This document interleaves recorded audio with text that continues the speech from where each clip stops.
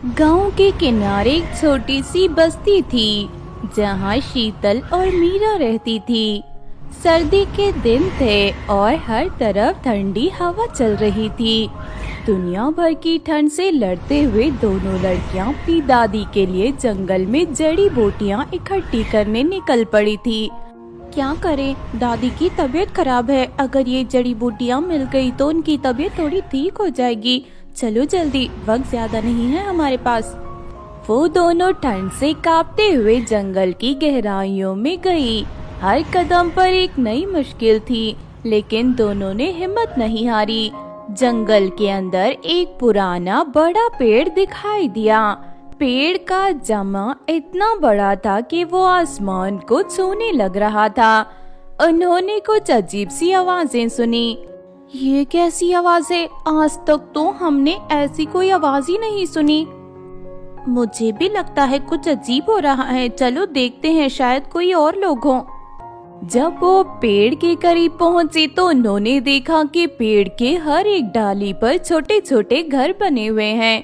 रंग बिरंगी रोशनियां चमक रही थी और तब एक बड़े पंखों वाली परी उनके सामने आई, जिसका चेहरा ऐसा था कि जैसे कोई रानी हो। ये क्या है? हम क्या देख रहे हैं? क्या ये सच में परियां हैं? ये तो सच में परियां हैं। हम सपना तो नहीं देख रही। रानी परी उनके पास आई और अपने प्यारे से चेहरे पर मुस्कान भरकर बोली, डरो मत, हम तुम्हें कुछ नहीं करेंगे। हम यहाँ सिर्फ इस ठंड की रात में कुछ महीने बिताने के लिए आए हैं। हमारे परिदेश में गर्मी इतनी बढ़ गई है कि यहाँ बसने का फैसला किया है। आप लोग परियां? लेकिन हमारे गांव में ऐसी काफी कहानियां सुनने को मिलती हैं। हमने सुना था कि काली परियां गांव के खेतों को बर्बाद कर देती हैं।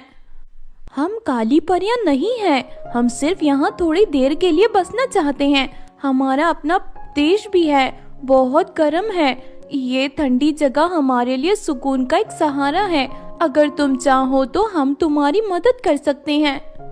ये सुनकर दोनों लड़कियां वहां से चली गई और गांव के सरपंच और लोगों को इस बारे में बताया।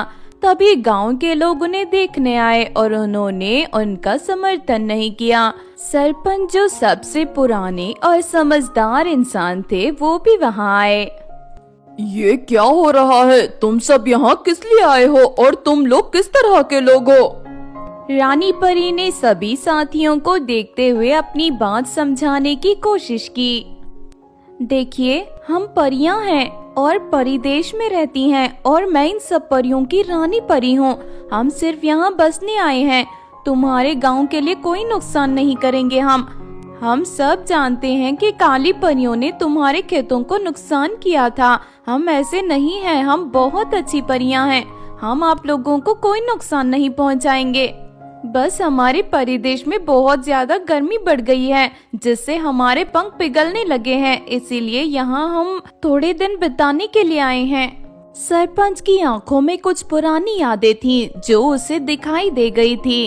उसने थोड़ा रुककर सोचा और फिर अपने दिल की बात कही। हमने अपने गांव के लिए एक कसम खाई थी, कोई परी यहाँ नहीं बस पाएगी। साल भर पहले काली परियों ने हमारे पूरे खेतों को खत्म कर दिया था। हमें उनसे बहुत नुकसान हुआ, लेकिन अगर तुम सच्ची परियां हो तो हमारी मदद कर सकती हो, तो हम तुम्हें यहाँ बसने की अनुमति देंगे। अगर तुम हमसे मदद चाहते हो तो हम तुम्हारी मदद जरूर करेंगे। तुम्हारे गांव में एक चुड़ैल है जो हर अमावस्या को किसी एक इंसान को मार डालती है। हम उस चुड़ैल को ढूंढकर हरा सकते हैं। वो चुड़ैल हमेशा अमावस्या को आकर हमारे गांव की शांति को तोड़ देती है। अब इस बार मेरी बेटी की बारी है। अगर तुम हमारी मदद कर सकती हो तो हम तुम्हें यहाँ रहने की परमिशन देंगे। रानी परी ने अपने साथियों से बात की और एक योजना बनाई। उन्होंने कहा कि अमावस्या की रात उस चुड़ैल को हरा देने का उनका काम होगा। हम उस चुड़ैल को कभी जीतने नहीं देंगे। हमें उसे ताकत से वंचित करना होगा। तुम सब तैयार हो? हाँ हाँ रानी जी, हम सब तैयार हैं। हम इन गाँव वालों की मदद जरूर करेंगे। अमावस्या की रात आई और वो चुड़ैल अपने जीवन के लिए लोगों का शिकार करने आई। गांव के लोग छुपकर अपने घरों में छुप गए, लेकिन परियां अपनी योजना के अनुसार उसका सामना करने निकली। तुम सब मुझसे कहाँ तक बच सकते हो? मैं यहाँ आ गई हूँ और किसी को जीने नहीं दूंगी। मुझे भूख लगी है, मुझे मांस खाना है, मुझे खून पीना है। परियों ने अपने पंखों की रोशनी से चुड़ैल को अंधा कर दिया। एक परी ने चुड़ैल को बहुत ध्यान से देखते हुए उसका ध्यान भटका दिया। दूसरी परी ने उसके ऊपर जादू का जाल डाला। तुमने इस गांव के लोगों को बहुत परेशान किया है, तुम्हारा समय अब खत्म हो गया। चलो परियों आगे बढ़ो। रोशनी की एक तेज किरण चुड़ैल के ऊपर डाली गई और चुड़ैल बहुत ही ज्यादा छोटी हो गई और एक बोतल में बंद कर दी गई। गांव के लोग वहां आए और परियों का धन्यवाद किया। आपने हमारी मदद की, हम आपको कभी नहीं भूलेंगे। हम आपके आभारी हैं। अब से जब भी आपके परिदेश में गर्मियों का सीजन होगा, आप यहाँ आकर बस सकती हो, क्योंकि यहाँ ठंडी का मौसम चल रहा होगा। आप परियों का धन्यवाद। परियां हर 3 महीने बाद यहाँ आकर बसने लगी। जब परिदेश में गर्मी होती थी, शीतल और मीरा जब भी उनसे मिलने जाती, उनके लिए मिठाई और खुशियाँ लेकर जाती। मीरा, तुम्हें वो दिन याद है जब हम इनसे पहली बार मिली थी और इन्हें देखा था? हाँ, मुझे बहुत अच्छी तरह से पता है। हमें क्या पता था कि ये परियां हमारे गांव के लिए खुशियां लेकर आएंगी और हमारे सुख का कारण बनेगी। अब ये पेड़ हमेशा के लिए एक परिदेश बन गया है। ऐसा लगता है जैसे पूरा परिदेश एक पेड़ में समा गया हो, जैसे एक पेड़ में बसा हुआ पूरा परिदेश। तब से गांव और परियों के बीच एक गहरी दोस्ती बन गई थी और हर अमावस्या की रात चुड़ैल का नाम भी उन्होंने मिटा दिया। अब गांव वाले और परियां खुशी से रहने लगे। कोल्हापुर नाम का एक सुंदर और शांत गांव था। अनीता नाम की लड़की अपनी सौतेली बहनें विनीता और सुनीता के साथ रहती थी। अनीता एक मासूम और मेहनती लड़की थी, लेकिन उसकी सौतेली बहनें बिल्कुल अलग थी, लालची और चालाक और अत्याचारी। उसका जीवन दुखों से भरा हुआ था। उसके पिता की मौत के बाद उसकी माँ ने भी बीमारी में अपना दम तोड़ दिया। उसके बाद से विनीता और सुनीता ने अनीता पर अत्याचार करना अपना शौक बना लिया था। विनीता और सुनीता का एक ही मकसद था, कैसे भी करके अपने जीवन को सुखमान्य बनाए रखे, चाहे अनीता को मजबूर करके काम करवाना पड़े। अनीता का जीवन बस उनकी बातों को मानने और काम करने में ही बीतता था। एक दिन गांव में एक खबर फैली। सरपंच जी ने घोषणा की थी कि गांव की सफाई करने के लिए किसी को रखा जाएगा और सफाई करने वाले को अच्छे पैसे दिए जाएंगे। विनीता और सुनीता ने ये बात सुनी तो उन्होंने तुरंत एक चाल सोची। सुन सुनीता, अगर हम अनीता से पूरे गांव की सफाई करवा लें और सरपंच से पैसे लेकर शॉपिंग कर लें तो कितना अच्छा रहेगा। अरे वाह, ये तो ब्रिलियंट आइडिया है। वैसे भी अनीता की क्या औकात है जो हमारी बात तक टाल सके। दोनों तुरंत सरपंच के घर पहुंच गई। नमस्ते सरपंच जी, हमने सुना है आप गांव की सफाई के लिए किसी को रखना चाहते हैं। हाँ, बिल्कुल सही सुना है। गांव की सफाई जरूरी है। तुम लोग ये काम कर सकती हो? हाँ सरपंच जी, हम दोनों मिलकर पूरा काम कर लेंगी, बस हमें कॉन्ट्रैक्ट दे दीजिए। सरपंच जी ने उन्हें कॉन्ट्रैक्ट दिया और एडवांस में कुछ पैसे भी दिए। खुशी से झूमती हुई दोनों बहनें अपने घर लौट आई। घर आते ही उन्होंने अनीता को बुलाया। सुन अनीता, कल से तुझे पूरे गांव की सफाई करनी है, एक भी कचरा नहीं दिखना चाहिए। लेकिन दीदी, इतना बड़ा काम मैं कैसे कर सकूंगी? गांव तो बहुत बड़ा है। ज्यादा सवाल मत कर, तुझे जो कहा है वही कर। जब अनीता ने मना किया तो दोनों बहनें गुस्से से भर गई। लगता है इसकी हिम्मत ज्यादा बढ़ गई है, इसका घमंड तोड़ना पड़ेगा। दोनों ने अनीता को रस्सी से बांध दिया और बिजली के तार से झटके देने लगी। नहीं नहीं, मुझे छोड़ दो, मैं तुम्हारी बात मान लूंगी, मुझे छोड़ दो। अगले दिन से अनीता ने गांव की सफाई शुरू की। दिन भर काम करते हुए उसका बदन टूट जाता, लेकिन उसकी सौतेली बहनें न मदद करती और खाना देती।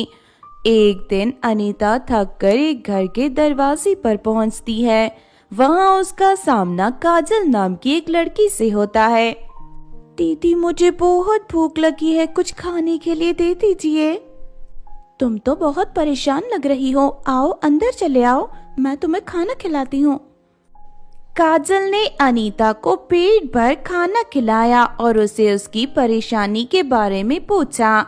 अनीता ने सब कुछ बता दिया, कैसे उसकी सौतेली बहनें उसका फायदा उठाती हैं और कैसे उसे दिन रात काम करवाती हैं। तुम्हें इन बहनों के जुल्म के खिलाफ खुद ही के लिए खड़ा होना पड़ेगा। मैं तुम्हें सिलाई का काम सिखाऊंगी, उसके बाद तुम अपने पैरों पर खड़ी हो जाओगी। काजल के शब्दों ने अनीता को नई उम्मीद दी। काजल ने उसे सिलाई का काम सिखाना शुरू किया। कुछ ही दिनों में अनीता ने सिलाई सीख ली, लेकिन एक दिन जब अनीता काजल के घर सिलाई कर रही थी, तब विनीता ने उसे देख लिया। तेरी हिम्मत कैसे हुई हमसे पूछे बिना सिलाई सीखने की? ये तो मैं अपने लिए कुछ कर रही थी। बेवकूफ मत बना, इस सिलाई का फायदा अब हमें होगा। चल, अब तुझे हम एक दुकान पर बैठा देते हैं। दोनों बहनें एक सिलाई की दुकान खोलती हैं और अनीता को वहां बैठा देती हैं। अनीता पूरे दिन लोगों के कपड़े सिलती, लेकिन पैसे विनीता और सुनीता ले जाती थी। अनीता के पास ना नए कपड़े थे ना सुकून। एक दिन अनीता दुकान पर काम कर रही थी, तब वहाँ दो सुंदर लड़कियां आई। हम दो जुड़वा बहनें हैं और हमारी बाकी और 3 बहनें हैं। हमारी शादी होने वाली है। हमारे पास कुछ दिनों तक अपनी जादू की शक्ति का इस्तेमाल करने की अनुमति नहीं है, इसीलिए हम तुम्हारे पास ड्रेस सिलवाने आई हैं। आप अपने माप दे दीजिए और आपकी बाकी 3 बहनों का भी, मैं ड्रेसेस तैयार कर दूंगी। उन्होंने अनीता को माप दिया और एक पता भी दिया जिसमें उनका एड्रेस लिखा था। अनीता ने काम शुरू किया। जब विनीता और सुनीता ने उन ड्रेसेस को देखा तो उन्हें तुरंत एक और चाल चली। मैंने सुना है परियों के पास जादू की शक्ति होती है और उनके पास जादुई छड़ी होती है। हमें उनसे वो छड़ी चुरा लेनी चाहिए। हाँ, उनकी जादू की चीजें भी अपने पास रख लेंगे हम। अगले दिन विनीता और सुनीता उन ड्रेसेस को लेकर उन परियों के एड्रेस पर पहुंच गई। वहां एक केले की झोपड़ी थी। तुम कौन हो? हम परी बहनों की ड्रेसेस लेकर आई हैं। पहला केला उन्हें रुकने को कहकर अंदर गया और परी बहनों को बुलाकर लाया। परी बहनें ड्रेसेस देखकर खुश हुई, लेकिन तभी विनीता और सुनीता ने उन पर लाल मिर्च डाल दी। परी बहनें बेहाल हो गई। विनीता और सुनीता ने उन्हें बेहोश करके उनकी छड़ी छीन ली। फिर दोनों झोपड़ी के अंदर गई और उसे हवा में उड़ाकर अपने गांव ले आई। जब परी बहनों की माँ को पता चला कि क्या हुआ, तो वो गुस्से में अपने अकाल शक्ति के साथ विनीता और सुनीता के सामने आ गई। तुम दोनों ने अपने लालच में बहुत बड़ी गलती की है। अब तुम दोनों को इसकी सजा मिलेगी। विनीता और सुनीता भागने लगे, लेकिन परी माँ के इशारे पर उनके केले की झोपड़ी के अंदर से बड़े बड़े केले निकले और उनके ऊपर गिरने लगे। बचाओ बचाओ, मुझे मत मारो, मुझे छोड़ दो। हाय, मेरा पैर टूट गया, अरे कोई मुझे बचाओ। परी माँ ने अपनी छड़ी से रोशनी छोड़ी और उन दोनों को जलाकर राख कर दिया। अनीता ये सब देखकर हैरान थी। परी माँ ने उसे कहा, मैं इंसानों की सूरत देखते ही उनके अंदर का हाल जान लेती हूँ। इन दोनों बहनों ने तुम पर बहुत अत्याचार किया है। तुम एक बहुत अच्छी लड़की हो, तुम्हारा दुख अब खत्म होगा। ये लो तुम्हारे लिए सोने के सिक्के। मैंने तुम्हारी ड्रेसेस देखी हैं, तुमने बहुत अच्छी सिली हैं, इसीलिए इन सिक्कों से तुम एक बड़ा सा बुटीक खोल लेना। मैं तुम्हारा ये काम परी देश में फैलाऊंगी, फिर तुम बहुत ज्यादा अमीर बनकर खुशी से रह सकोगी। आपका बहुत बहुत शुक्रिया परी माँ। अनीता ने एक बड़ा सा बुटीक खोला। वहाँ पर वो लोगों के कपड़े सिलने लगी, साथ में परियों के गाउन भी बनाने लगी, जिससे वो बहुत ही ज्यादा पैसे कमाने लगी और अमीर बनकर खुशी से रहने लगी। इस कहानी से हमें ये सीख मिलती है कि लालच और अन्याय का परिणाम हमेशा बुरा होता है, जबकि ईमानदारी, मेहनत और दया से जीवन सुखमान्य और सफल बनता है। दूसरों का शोषण करके जो सफलता मिलती है वो सिर्फ सामयिक होती है और आखिरकार तबाही लाती है, जबकि अच्छाई और ईमानदारी का रास्ता हमेशा सुख और समृद्धि की ओर ले जाता है। अगर ये कहानी आपको अच्छी लगी हो तो जरूर लाइक करें और हमारे चैनल को सब्सक्राइब भी कर लें। एक समय की बात है, एक सुंदर और रंग बिरंगा परिदेश था जिसमें परियां रहती थी। ये परिदेश उनका घर था जहाँ हर तरफ खुशियाँ और शांति थी। पेड़, फूल, झरने और रंग बिरंगी रोशनी से पूरा परिदेश स्वर्ग जैसा लगता था। परियां अपनी जादुई छड़ियों के जरिए अपने परिदेश को हमेशा सुंदर और सुरक्षित रखती थी। लेकिन एक दिन सब कुछ बदल गया। कुछ बुरी चुड़ैलों ने उनके परिदेश पर कब्जा कर लिया। चुड़ैलें शक्तिशाली थी और उन्होंने परियों की जादुई छड़ियां छीन ली। अब परियों के पास कोई शक्ति नहीं बची थी। मजबूर होकर उन्हें अपना परिदेश छोड़ना पड़ा। वो पृथ्वी के एक बड़े जंगल में बसने के लिए चल पड़ी। जंगल में जिंदगी आसान नहीं थी। जंगल एक अलग ही दुनिया थी जहाँ बड़े जानवर, ठंड और भूख उनकी हर दिन की जिंदगी को मुश्किल बनाते थे। परियां एक जगह जमा हुई और उनकी रानी नीरजा ने कहा, परियों, अब हमें इस जंगल को अपना नया घर बनाना होगा। हमें मिलकर काम करना होगा और नए तरीके ढूंढने होंगे। छोटी परी छवि, जो अभी अपने परिदेश को याद कर रही थी, रोने लगी। रानी जी, यहाँ तो न खाने को कुछ है और न रहने के लिए सुरक्षित जगह। जंगल के बड़े जानवर हमें खाने की कोशिश करेंगे। हम यहाँ कैसे जिएंगे? और अब तो यहाँ ठंड भी होने वाली है। तारा परी, जो हमेशा नए विचार सोचती थी, अपनी क्रिएटिविटी के लिए मशहूर थी, उसने कहा, हमें एक बड़े पेड़ पर घर बनाना चाहिए। ऊपर रहने से हम बड़े जानवरों से सुरक्षित रहेंगे। पेड़ हमें सर्दियों के दिनों में ठंड से भी बचाएंगे। तुम्हारी बात सही है तारा, हम मिलकर पेड़ पर घर बनाएंगे, पर याद रखो हमें एक दूसरे का साथ नहीं छोड़ना चाहिए। अगली सुबह सारी परियां एक बड़े पेड़ की तलाश में निकल पड़ी। एक बड़े बरगद के पेड़ के पास रुक गई। ये पेड़ बिल्कुल सही है, इसकी शाखें मजबूत है और ये हमें जंगली जानवरों से बचाएगा। सारी परियां मिलकर पेड़ पर घर बनाने में लग गई। पत्तों, लकड़ियों और रस्सी से उन्हें छोटी छोटी झोपड़ियां बनाई। पेड़ अब एक छोटा सा परिदेश लग रहा था। रानी नीरजा उनकी मेहनत देखकर मुस्कुरा पड़ी। परियों, अब हमारे पास एक घर है। अब हमें खाने के लिए जंगल के फल और जड़ी बूटियां ढूंढनी होगी, जिससे हमें थोड़ी सी एनर्जी मिले। खाने का इंतजाम हो जाएगा, लेकिन सर्दियों में क्या होगा? जंगल की ठंड हम सब के लिए बहुत मुश्किल बन जाएगी। हम मिलकर कोई ना कोई रास्ता जरूर ढूंढ लेंगे। जब तक हम एक हैं, तब तक हमें कोई नहीं हरा सकता। सर्दियों के दिन आए और ठंड काफी तेज हो गई। जंगल के जानवरों से तो बचाव हो गया था, लेकिन अब सर्दियों की ठंड और भूख परियों के लिए एक मुश्किल बन गई थी।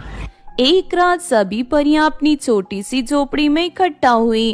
रानी जी, यहाँ और ज्यादा ठंड बर्दाश्त नहीं होती। ना तो खाने को मिलता है, ना आग जलाने का कोई इंतजाम होता है। हम यहाँ कैसे जिएंगे? हम तो मर जाएंगे यहाँ पर। छवि परी, जो सबसे छोटी थी, अब बहुत ज्यादा उदास होने लगी और भूख के मारे वो कमजोर पड़ रही थी। हम यहाँ मर जाएंगे। ये जंगल हमारे लिए बिल्कुल सही नहीं है, हमें कुछ करना होगा। मैं भूख से बहुत तड़प रही हूँ। रानी जी कुछ तो करिए ना। नीरजा रानी परी की आंखों में आंसू आ गए, लेकिन उसने अपने दुख को छुपाते हुए कहा, मैं जानती हूँ ये सब कितना मुश्किल है, पर हमें हिम्मत नहीं हारनी चाहिए। एक दिन जरूर सब ठीक होगा।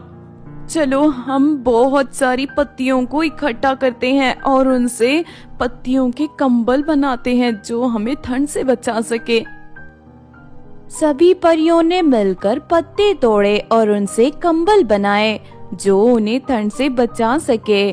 उस रात सारी परियां रोने लगी, उनका दुख हर तरफ गूंज रहा था। उस रात जंगल के पास एक महान जादूगरनी विद्या गुजर रही थी। विद्या ने परियों के रोने की आवाज सुनी और रुक गई। उसने पेड़ के नीचे जाकर देखा। ये कौन रो रहा है? क्या यहाँ कोई परेशानी है? हम परियां हैं, अपने परिदेश से निकाल दी गई हैं। चुड़ैलों ने हमारा घर छीन लिया और हमारी जादुई चीजें भी छीन ली और जादुई छड़ी भी। हम इस जंगल में जीने की कोशिश कर रहे हैं, पर यह जिंदगी बहुत मुश्किल और बहुत कठिन है। मैं विद्या हूँ, दुनिया की सबसे शक्तिशाली जादूगरनी।